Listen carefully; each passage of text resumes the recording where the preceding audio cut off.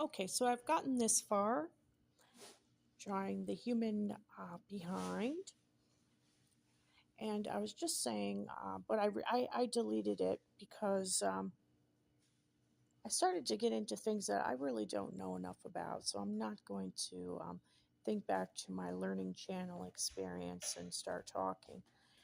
So I'm just sort of trying to make the surface area less daunting and sort of go around to where I might be able to begin shading, but shading where I want this, of course, to look three dimensional.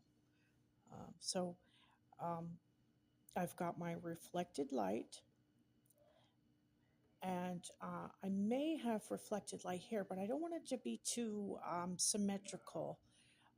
So maybe it will be, but it'll be less obvious. You won't, your eye won't be distracted by it. So I'm just making light lines, and like I said, with this pen, I have to be careful. It is a very good pen that when I want it to draw, it will draw, but I don't want to accidentally blob the ink. So once again, I'm creating a reflected light, and I'm getting close to the edge without touching it right away. That's what I'm going to do for a little bit. Sort of go in with a second layer of lines and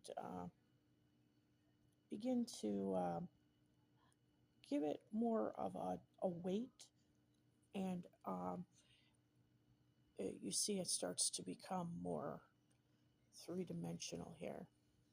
As for what the person is seated on, I suppose I could flatten this out a little bit to make it more realistic because the person is seated and the flesh has to sort of